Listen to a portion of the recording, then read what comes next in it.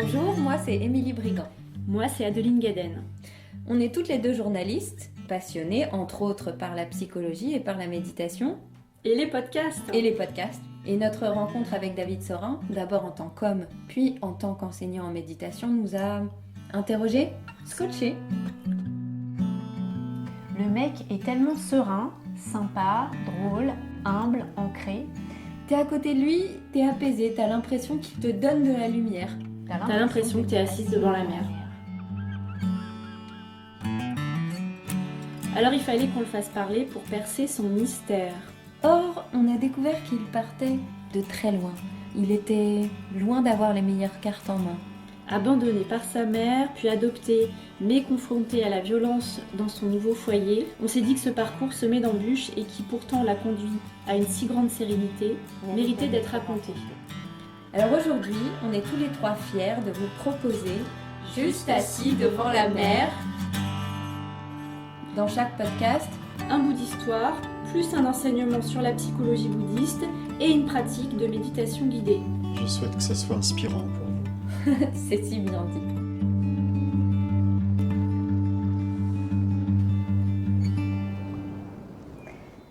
Aujourd'hui, nous allons parler d'un sujet difficile à aborder pour certains et certaines, délicat, effrayant, soulageant pour d'autres, la mort. Comme évoqué depuis le début de notre série de podcasts Juste assis devant la mer, David a été abandonné à la naissance, puis adopté, et puis il a construit sa propre famille, puis divorcé, et il a retrouvé l'amour avec Barbara. Dans ce parcours de vie, il a bien sûr aussi dû négocier avec l'idée de la mort, à plusieurs reprises et à plusieurs niveaux. Juste assis devant la mer, c'est le titre de notre série de podcasts. Ça donne quoi quand la mer est féroce ? Bonjour Émilie, je suis ravi de ce moment qu'on s'apprête à passer ensemble. Pour me présenter, j'ai quelqu'un qui a une précieuse vie humaine. Une précieuse vie humaine et qui essaie d'en profiter pour progresser spirituellement, en cheminant dans les pas de Bouddha et en essayant de partager tout ça avec le plus grand nombre possible. C'est à peu près ça. Dans ce parcours de vie précieuse, David, marqué par de gros bouleversements, vous avez frôlé la mort ? Ça m'est déjà arrivé autrefois quand j'étais un routard et que je errais de par le monde. Il m'est arrivé quelques petites aventures. Oui. Je me souviens d'une rivière en Thaïlande, dans le nord de la Thaïlande, qui, d'après ce que j'ai compris, c'était vraiment dans la jungle. Hein. Ça surplombait une grotte, donc la grotte était plus basse que la rivière. Le plafond de la grotte s'était effondré.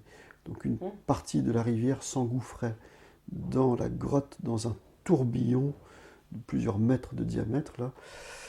Le problème, c'est que j'étais dans la rivière, me dirigeant, emporté par le courant, vers ce tourbillon d'une puissance phénoménale, quoi. Alors, quand j'ai vu le tourbillon, j'ai vraiment vu la mort à quelques secondes près, et j'ai tendu la main vers la droite et j'ai attrapé une racine d'arbre. Je me suis agrippé à la racine, le corps emporté par le tourbillon, et je me suis hissé comme ça par la racine, en me demandant si elle allait résister, parce qu'elle n'était pas bien grosse.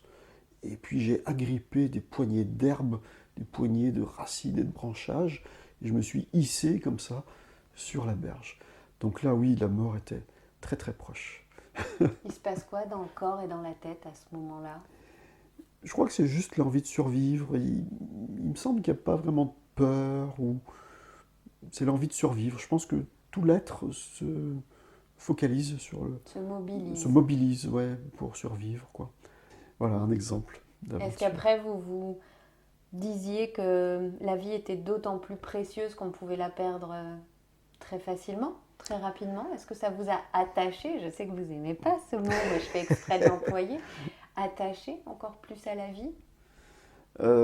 Oui, c'est vrai, il me semble qu'à chaque fois qu'on passe proche de la mort, on apprécie davantage la vie ensuite, si bien que parmi les pratiques bouddhistes, il y a des simulations de la mort.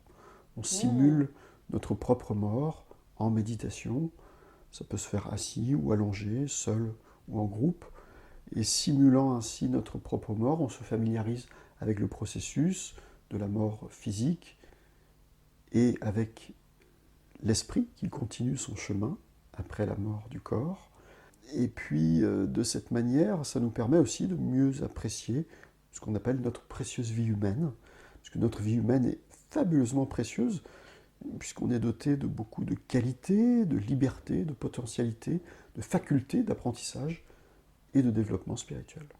C'est une pratique qu'on doit mettre en place après avoir tout fait pour rester en vie. Par exemple, quand vous sentiez que vous alliez être emporté par le tourbillon et que vous vous accrochiez à la branche, là, c'était pas forcément le moment de pratiquer. Oui, en effet. Oui, je n'étais pas bouddhiste à l'époque en plus.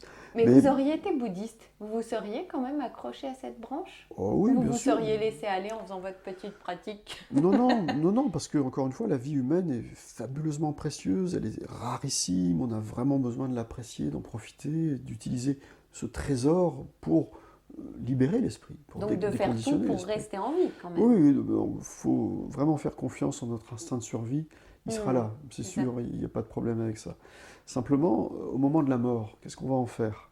Au moment où on sera sur notre lit d'hôpital, suite à une maladie ou un accident, qu'est-ce qu'on va en faire de notre instinct de survie qui va refuser la mort, qui va paniquer face à la mort? Alors là, ça sera utile de l'avoir apprivoisé, d'être capable de le ressentir, de l'accueillir et de le transcender, de passer outre. Nul besoin d'avoir peur de la mort. Alors, c'est bizarre ce que je vais vous dire, mais à un moment donné, à une certaine étape de la voie spirituelle, il est utile d'avoir peur de la mort, vraiment d'avoir peur de la mort. Déjà, c'est humain, mais de conscientiser, c'est surtout de conscientiser le caractère inévitable de la mort et le moment imprévisible de la mort. Pourquoi? Eh bien, pour donner encore plus de valeur à cette vie humaine, parce qu'elle est éphémère, elle peut nous être reprise à n'importe quel moment. Donc, à un moment donné, au début de la voie spirituelle, c'est utile d'avoir très peur de la mort. Et après, plus on progresse, plus la peur s'éteint, moins on a besoin de cette énergie-là pour progresser spirituellement. Et la peur de la maladie, vous la connaissez, David? Pas vraiment, pas pour moi en tout cas. Pourtant, vous avez été malade quand vous étiez petit? Oui, à certains moments j'ai été malade. J'ai une maladie chronique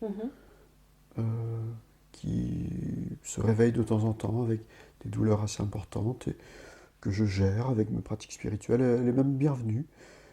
Quand je suis malade, je me dis, ah tiens, la voilà qui revient, ma chère amie, encore une occasion de progresser ensemble. Vous ne sombrez pas dans l'hypocondrie, c'est-à-dire que pour vous, maladie ne conduit pas toujours à quelque chose de grave, donc mort. Non, bien sûr. Et puis, ça serait pas utile d'avoir peur de la maladie. À mon Peur stade. de la souffrance alors? Est-ce que Alors, c'est peur de la souffrance pas utile non et plus. légitime? Légitime, oui, sûrement que beaucoup d'êtres humains ont peur de la souffrance. C'est légitime, ça se comprend bien, c'est tout à fait compréhensible. Pour ma part, non, j'ai pas peur de la souffrance ni de la mort, au stade où j'en suis en tout cas. Je vous le dis comme je le ressens en ce moment. Mais parce que là, vous avez déjà pas mal cheminé sur ces questions-là. Mais j'imagine Ouais, que c'est vous ça. avez pas mal de personnes qui viennent vous voir Oui, à cause de maladies ou de souffrances chroniques et qui finissent par avoir peur de cette chronicité, de cette récurrence et ouais. à rentrer dans une forme d'obsession qu'on peut tout à fait comprendre. C'est quoi les antidotes? C'est-à-dire qu'on considère la vie comme un cadeau, mais on est locataire de notre vie, on n'en est pas propriétaire. Voilà, on peut nous expulser à n'importe quel moment. Donc vive la vie, mais évitons de nous y attacher. Moins on sera attaché à la vie, plus on pourra l'aimer. C'est bizarre, hein, vous vous souvenez, dans l'épisode précédent, on a dit que l'amour, Avec un grand A. avec un grand A, c'était le contraire de l'attachement. Hein. L'attachement est égoïste, autocentré, addictif, obsessionnel. L'amour, il est juste libre, dans le cadeau, lumineux, souriant, léger, non égotique. Et dans l'amour de la vie, il y a de ça aussi. On peut aimer la vie comme un cadeau précieux qui nous est offert provisoirement, la prendre avec légèreté, tout en sachant que la vie prendra fin à un moment donné. On n'aura pas le choix du moment, ni de la manière, et ça fait partie d'un processus normal. Pas Alors, d'attachement à la vie, mais comment le bouddhisme se positionne sur le suicide, par exemple? le suicide est la conséquence de perturbations mentales, notamment la colère contre soi-même, Mhm. la colère qui focalise sur les défauts. Le désespoir aussi? Le problème serait plutôt l'espoir, peut-être, que le désespoir. Mais en tout cas, une personne qui se suicide elle connaît de très très grandes souffrances, hein, d'immenses souffrances. Elle focalise sur ce qui va mal en elle. Peut-être pense-t-elle que le monde serait mieux sans elle. Peut-être pense-t-elle qu'elle est trop misérable, trop nulle pour avoir de l'importance dans le monde. Alors elle focalise sur ses défauts. Elle en conçoit de l'aversion, de la haine peut-être, et elle désire détruire cette chose-là, soi-même. C'est comme ça qu'on voit le suicide. Donc il s'agit de mettre fin à une vie. Donc de ce point de vue-là, il y a un problème éthique dans le suicide, puisqu'il s'agit de l'acte de tuer. Et puis c'est surtout beaucoup de souffrance, quoi. Alors, je pense qu'on a besoin d'être attentif aux signaux d'alerte des personnes dans notre entourage qui nous parlent de suicide. C'est un sujet très grave. Il faut qu'on en parle. On a vraiment avantage à parler du suicide. Et l'antidote au suicide? Quelqu'un vient vous voir avec des idées suicidaires en thérapie par la méditation, vous allez travailler sur quoi? Ce sera surtout l'acceptation de soi, l'amour juste de soi, la précieuse vie humaine, et les méditations sur la colère qui permettront de détricoter la colère qui s'est construite. La personne est sûrement très en colère contre elle-même. Et comme elle est toujours en sa propre compagnie, la vie est très compliquée, quoi. Elle est toujours en compagnie d'une personne qu'elle déteste. Donc il va falloir qu'elle apprenne à s'accepter telle qu'elle. Mais elle peut avoir envie de se détacher d'elle-même. Oui, ça c'est une bonne idée. Oui, oui, oui. Oui. Moi, mais pas par la mort. Moi, elle va être attachée à elle-même. Moi, elle aura d'attentes irréalistes vis-à-vis d'elle-même. Puis elle développera d'humilité, de vision réaliste, d'appréciation positive de soi. L'attachement, c'est tout le contraire de ça, hein. L'attachement à soi, c'est créer un idéal du moi qu'on devrait atteindre.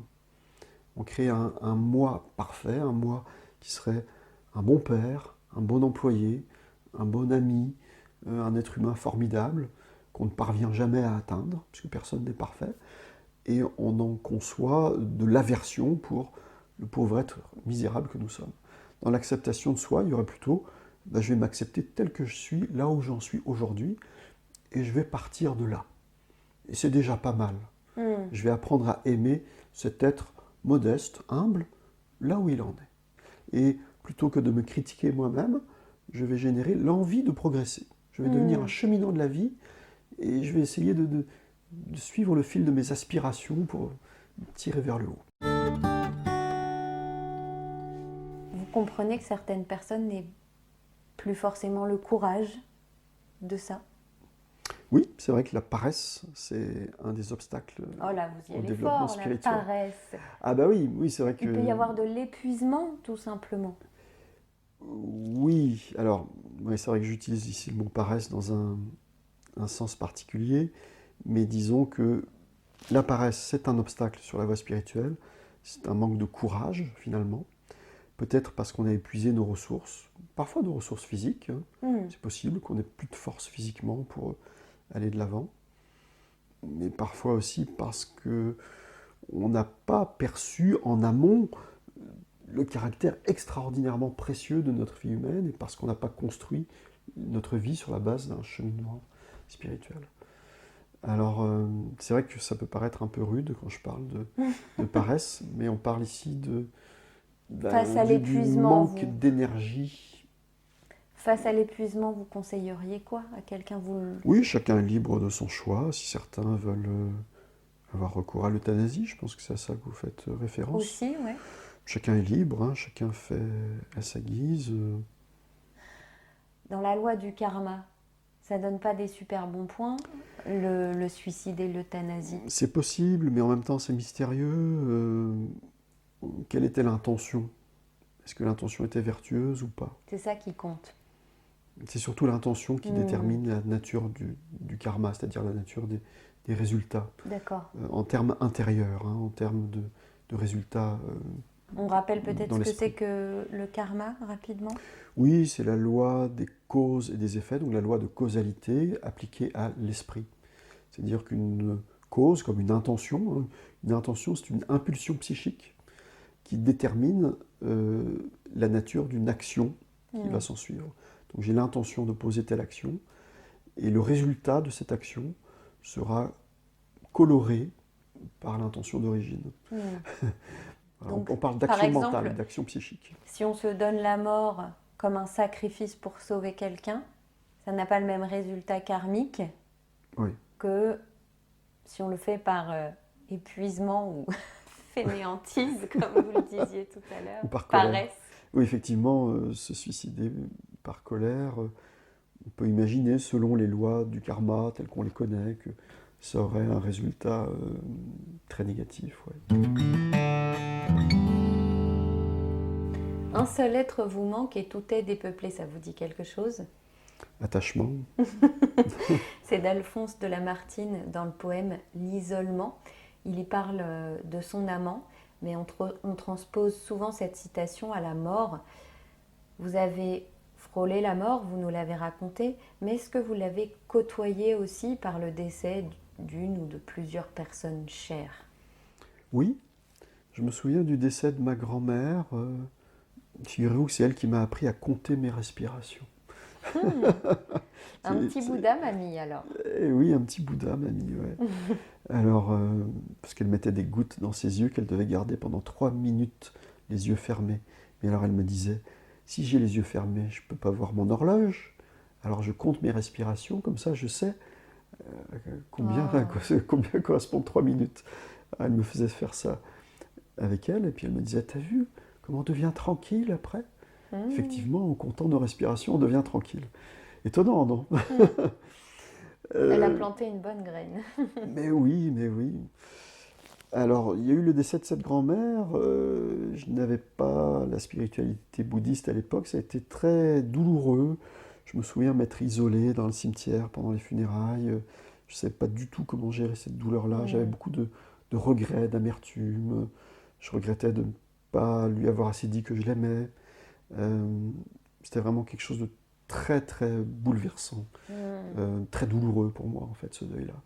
Et puis après, les autres deuils que j'ai connus beaucoup plus tard, le deuil de mon père, de ma mère, de 2 amis très chers, Ivan et Gilles, auxquels je pense là, et puis d'autres personnes encore, bah, ça s'est passé beaucoup mieux parce que j'avais fait le travail spirituel préalable. C'est quoi un deuil qui se passe mieux ou bien? Ça Bah, commence quand? Ça finit quand? c'est pas un deuil ordinaire, quoi. Là, dans ce que je vais vous dire, il va falloir avoir l'esprit très ouvert pour entendre ça. Ok, je vais essayer. Je ne veux pas choquer qui que ce soit. Mais un deuil qui se passe bien, c'est surtout de l'amour, en fait. C'est un beau moment d'amour. C'est pas très choquant. Bah, attendez. Ah, la suite arrive. Quand, par exemple, j'ai accompagné ma maman, j'ai arrêté de travailler pendant un certain temps, totalement arrêté de travailler pour être à ses côtés dans les dernières semaines, les derniers mois de sa vie. Elle était malade? Voilà, une longue maladie, ouais. Donc, une fin de vie très douloureuse, avec beaucoup de dégradation physique et psychique aussi, due aux médicaments, entre autres. Eh bien, avec mon bagage spirituel, j'ai essayé de faire, avec ma maman, de ce moment, un beau moment d'amour le plus possible. Alors oui, il y a eu des larmes, oui, il y a eu des moments de grande douleur, de grande souffrance. Et là, l'attachement du fils qui va perdre sa maman, eh bien, je le considérais comme une perturbation mentale qui était un obstacle à l'amour. Attachement, obstacle à l'amour. Donc, ayant réussi un peu à diminuer cette peur de perdre ma maman chérie, j'étais plus disponible à l'amour pour elle, là où elle en était. J'acceptais sa fin de vie pleinement, comme elle aussi d'ailleurs l'acceptait. Comment ça se passait concrètement? Bah, ça veut dire de la présence, de ça la veut dire qu'elle tendresse, des voilà. mots, des... Ça signifie qu'elle était en hospitalisation à domicile et qu'il y avait tout un tas de gestes techniques à poser, que les infirmières m'avaient enseignées, y compris des gestes techniques un petit peu invasifs, on peut dire. Euh, et puis, c'était des petits soins, quoi. Prendre soin de l'environnement matériel, de la nourriture, du linge, et puis lui tenir la main, prier pour elle, rester à côté d'elle en silence, même quand elle ne pouvait plus parler, lui dire des choses rassurantes, essayer de l'écouter quand elle pouvait encore exprimer quelques-uns de ses besoins. Bref, essayer d'être disponible et de faire ce que je pouvais en renonçant totalement à lui sauver la vie ou à ce que la situation soit différente de ce qu'elle est. La situation était comme ça, je l'acceptais, j'essayais de faire au mieux en amour. J'essayais de mettre toute mon énergie dans l'amour. C'est ce qu'on appelle accompagner. Ouais, voilà, et ça fonctionne super bien. Comment on sait que ça fonctionne super bien? Ça veut dire quoi? Ça veut dire fonctionner bien, ça veut dire partir en paix? Alors, Elle du côté et vous? du côté de l'autre, on ne peut pas le savoir.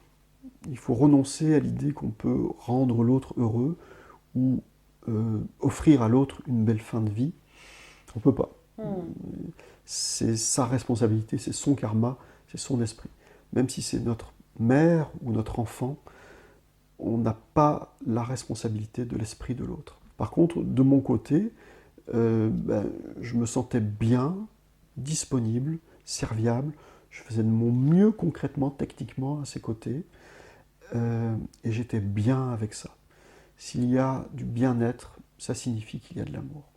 S'il y a du mal-être, du malheur, ça signifie qu'il y a de l'attachement. C'est vraiment ça le critère. Bonheur égale amour, attachement égale souffrance.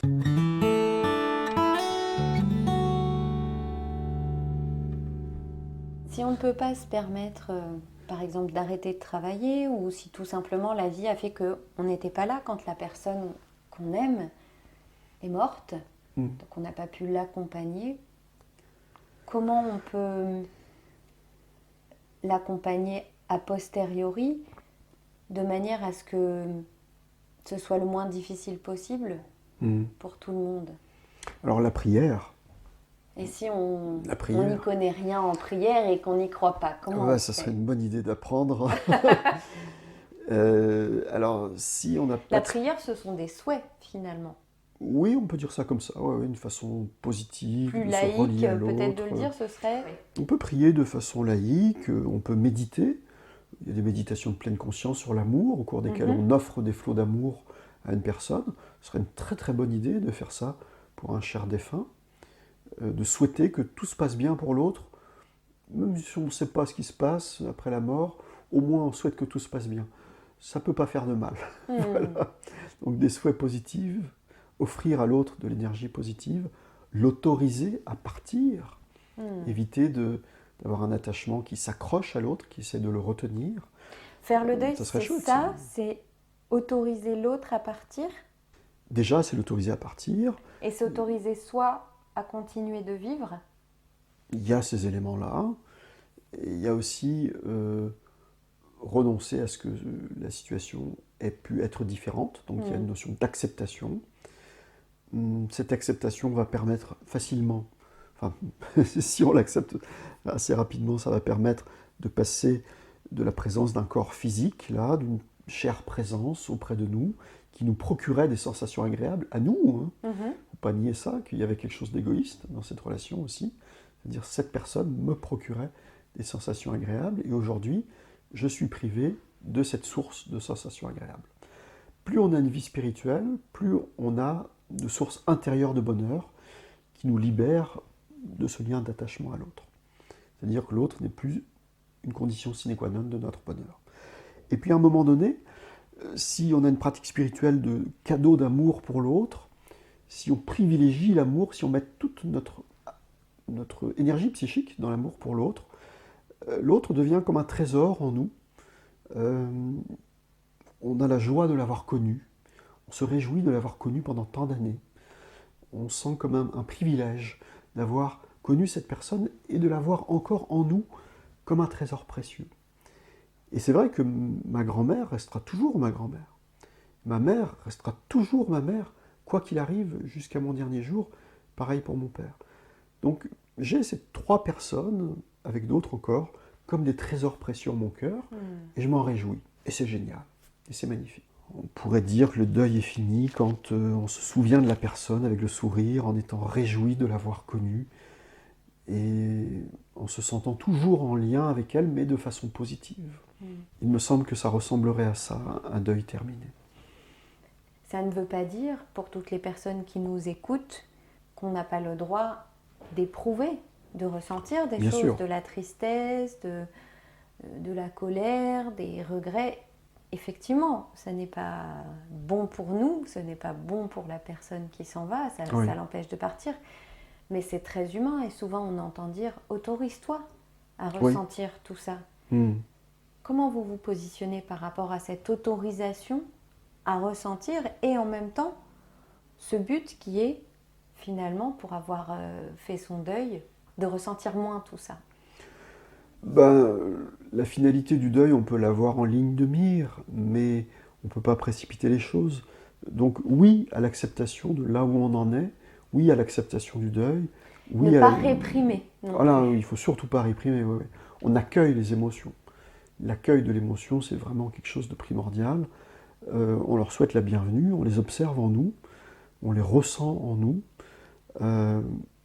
et puis on ne les refoule pas. C'est très important de ne pas les nier, ni de les refouler, sinon, karmiquement, ça laisse des empreintes négatives qui vont ressurgir plus tard.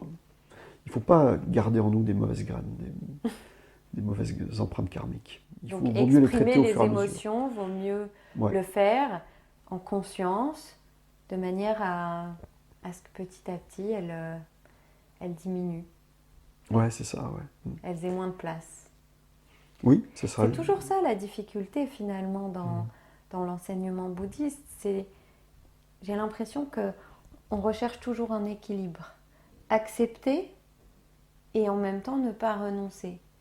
Accueillir et en même temps ne pas s'attacher. On appelle ça la voie du milieu. La voie du milieu, c'est, on pourrait dire, le surnom de la voie bouddhiste. Cette expression touche différents aspects de la voie bouddhiste, mais effectivement, on est tout en nuances dans le bouddhisme. La nuance, c'est très important, c'est fin. Les choses sont plus fines, plus délicates, plus subtiles que ce que notre mental veut bien nous faire croire au premier abord. Donc on met de l'investigation, du discernement, de la sagesse pour essayer de faire la part des choses en profondeur. Donc accepter l'idée de la mort, mais ne pas s'y abandonner. Accepter le deuil, mais ne pas s'y abandonner non plus. Accepter la souffrance, mais ne pas l'entretenir. Oui, l'idéal, c'est d'être un cheminant, d'être un apprenti de la vie, apprendre à accueillir ce qui est, puisque c'est là, puisque l'émotion est là, puisque le décès est là, puisque la souffrance est là, je la prends. C'est ça l'idée. Elle est là, je la prends. Néanmoins, ça ne veut pas dire que je vais être fataliste, puisque j'ai toujours mes aspirations profondes, l'aspiration au bonheur, l'aspiration à l'évolution spirituelle. J'ai toujours mes aspirations profondes qui me guident avec joie. Et voilà un obstacle, chouette, je vais l'utiliser pour progresser spirituellement. Voilà une difficulté, je vais l'utiliser pour essayer de détecter mes perturbations mentales et de les diminuer, et puis à terme de les éliminer. C'est un peu ça l'idée, c'est d'être un apprenti. Un bouddhiste, c'est un apprenti de la vie. Et on utilise tous les obstacles pour évoluer spirituellement.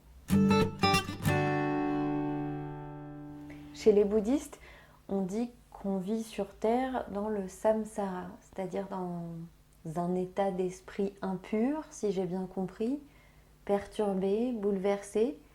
Oui. Moi, ça m'évoque un enfer sur Terre. Ça existe, la notion d'enfer chez les bouddhistes? La notion d'enfer existe, et c'est vrai que le samsara, c'est un état d'esprit. Donc le samsara, ce n'est pas un lieu, ce n'est pas un endroit. C'est un état d'esprit, c'est un état de l'esprit, on peut dire, le samsara. Celui qu'on a sur la Terre, dans cette vie-là. Alors, sur la Terre, ça signifierait qu'il y aurait une autre planète où ça serait le paradis, donc c'est pas ça non plus. Dans cette vie-là. Mais en tout cas, dans cette vie-là, oui, notre état d'esprit est perturbé par toutes sortes de toxines mentales qui peuvent nous faire vivre l'enfer. Oui, il y a de nombreux êtres humains et de nombreux animaux qui vivent l'enfer en ce moment. Nous, là, on est privilégiés en ce moment, peut-être, provisoirement, mais il y a des gens qui vivent vraiment des situations infernales. Alors, c'est important de relier tout ça à des états d'esprit. Alors le paradis, c'est quoi chez les On appelle ça le bouddhistes? nirvana. Voilà, c'est Le fameux nirvana. Voilà, le nirvana. C'est un état de l'esprit aussi qui est déconditionné, déconditionné des toxines mentales, qui est libéré de la souffrance, des empreintes et des graines de souffrance. Donc c'est un état de formidable liberté. Il existe vraiment? Oui, mais... Ou c'est un but? Non, mais certaines personnes expérimentent le nirvana. Il y a des nuances entre les deux. On peut être à certains moments absolument dans le samsara, à d'autres absolument dans le nirvana, puis il y a toutes les nuances de gris qui sont possibles entre les deux. Donc c'est des états qu'on peut expérimenter dans notre vie réelle d'aujourd'hui. Oui, voilà, oui. Oui, on peut dire ça. Alors, on peut prendre l'exemple de Mathieu Ricard, par exemple, qui a été qualifié par certains d'homme le plus heureux du monde. Peut-être qu'il est dans le nirvana, lui. Peut-être que, quelles que soient les conditions extérieures, il a toujours ce bonheur intérieur qui lui permet de traverser les difficultés de la vie avec un esprit heureux, léger, souriant, accueillant. Et dans la tradition bouddhiste, quand on est dans une vie dans le nirvana, peut-être comme Mathieu Ricard, dans une autre vie, on restera dans le nirvana? Alors oui, il y a l'idée de cycle des renaissances samsariques, c'est-à-dire un cycle de vie qui se succède dans des états d'esprit perturbés, dans le samsara. On parle ici de renaissance, non pas de réincarnation, mais de renaissance. Donc, un courant de conscience renaît de vie en vie, sous l'emprise de perturbations mentales. Donc, ce sont des renaissances contaminées, c'est comme ça qu'on appelle ça. Wow. Contaminées par les perturbations mentales, par les toxines mentales. En fait, c'est un peu comme à la banque. Colère. Plus on est pauvre, plus on est pauvre, plus on est riche, plus on est riche. C'est un peu comme ça finalement. Si on est dans le samsara, c'est très difficile de devenir, d'entrer dans le nirvana. Et puis si on est dans le nirvana, c'est vachement difficile de retourner dans le samsara. Oui, sauf que l'argent ça circule, quoi. Donc les perturbations mentales ça circule, ça se travaille, c'est plastique tout ça. Ah, oui, ça c'est la bonne nouvelle. C'est la bonne nouvelle, oui. La bonne nouvelle c'est qu'on peut travailler. La mort ça fait pas reset dans le bouddhisme. C'est pas on efface tout, on recommence. Non, puisqu'on a vécu, donc on a cultivé certaines empreintes positives et négatives. Plus on part avec d'empreintes positives, plus on a de chance de repartir avec une renaissance positive. Donc à aucun moment, la mort est une libération. Ah bah non. Non, l'esprit continue après. C'est à la fois rassurant pour toutes les personnes qu'on aime et qu'on perd, et en même temps c'est démotivant pour les personnes qui voudraient se donner la mort, par exemple. Ça peut démotiver le suicide, oui, on peut dire ça comme ça. C'est formidable parce qu'en fait, le bouddhiste a réponse à tout. Oui, c'est vachement énervant bien fait. parfois, mais tout est prévu. C'est quelques milliers d'années que les bouddhistes planchent là-dessus. Merci David, en tout cas, pour ce bel échange autour de la mort qui était aussi un échange joyeux, finalement, à certains moments. On va s'envoler avec vous pour une pratique que vous avez appelée « À nos chers disparus ». Donc une pratique aussi assez positive qui permet de se relier à nos chers disparus sans pour autant s'y attacher, si j'ai bien compris. Avant ça, je voudrais annoncer le prochain épisode de cette série de podcasts « Juste assis devant la mer » dans lequel vous allez échanger avec ma collègue Adeline Gaden autour de l'enseignement. Comment vous êtes passé de pratiquant de la méditation à instructeur et à thérapeute et à qui s'adresse votre méthode. Ce sera donc la suite logique de ce sujet fondamental que nous avons exploré ensemble aujourd'hui sur la mort. Après la mort, il y a une autre vie, même dans une même vie. Et la vôtre s'est inscrite dans la transmission et l'amour, toujours l'amour. Merci David pour la richesse de ces échanges que vous nous accordez. Ouais, c'est super bien dit, Émilie. Merci beaucoup pour ce bel échange. Et à tout de suite pour la pratique.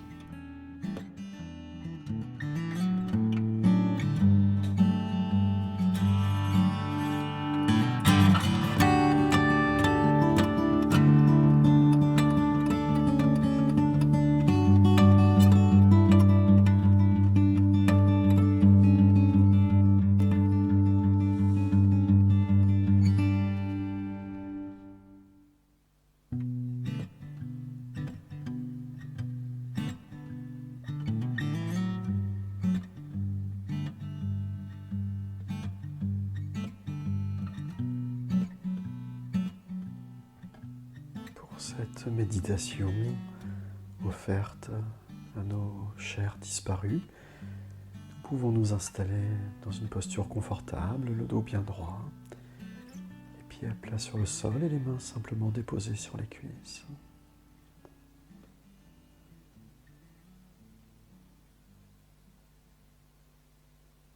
Nous pouvons débuter par quelques longues et amples respirations en relâchant toutes les tensions sur l'expire.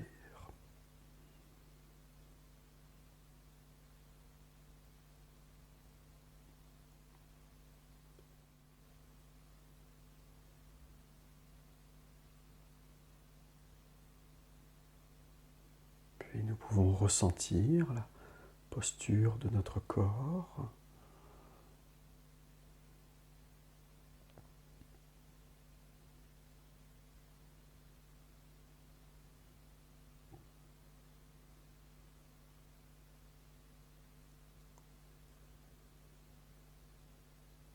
Nous laissons le souffle reprendre son rythme naturel.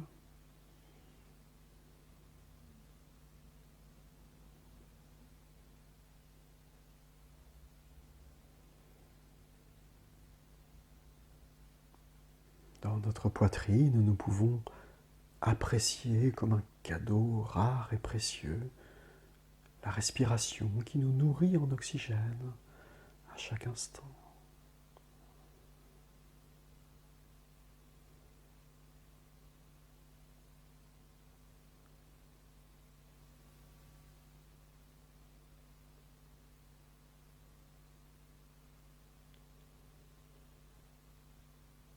Alors, dans l'espace devant nous, nous pouvons visualiser le visage d'un être cher, aujourd'hui disparu.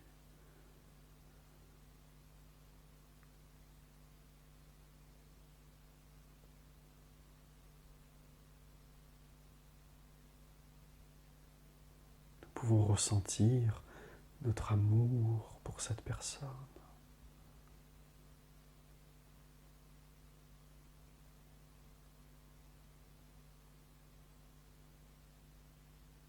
Et au milieu de notre cœur, nous pouvons imaginer un joyau précieux fait d'énergie positive qui offre des flots de lumière et de nectar d'amour à cette personne pour lui apporter toute l'énergie positive dont elle a besoin.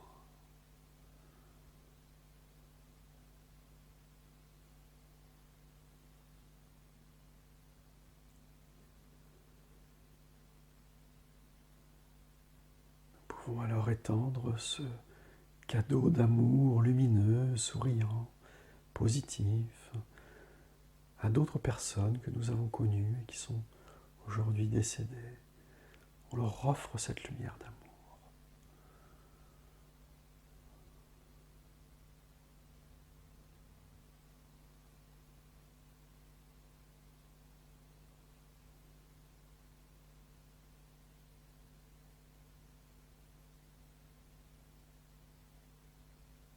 Puissiez-vous être heureux, puissiez-vous être bien là où vous êtes. C'est ça le plus important.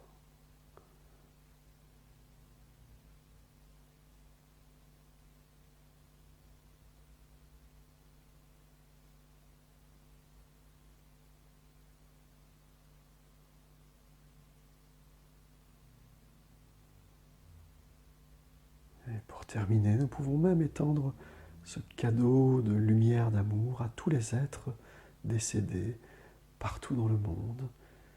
Puissent-ils tous être bien là où ils sont.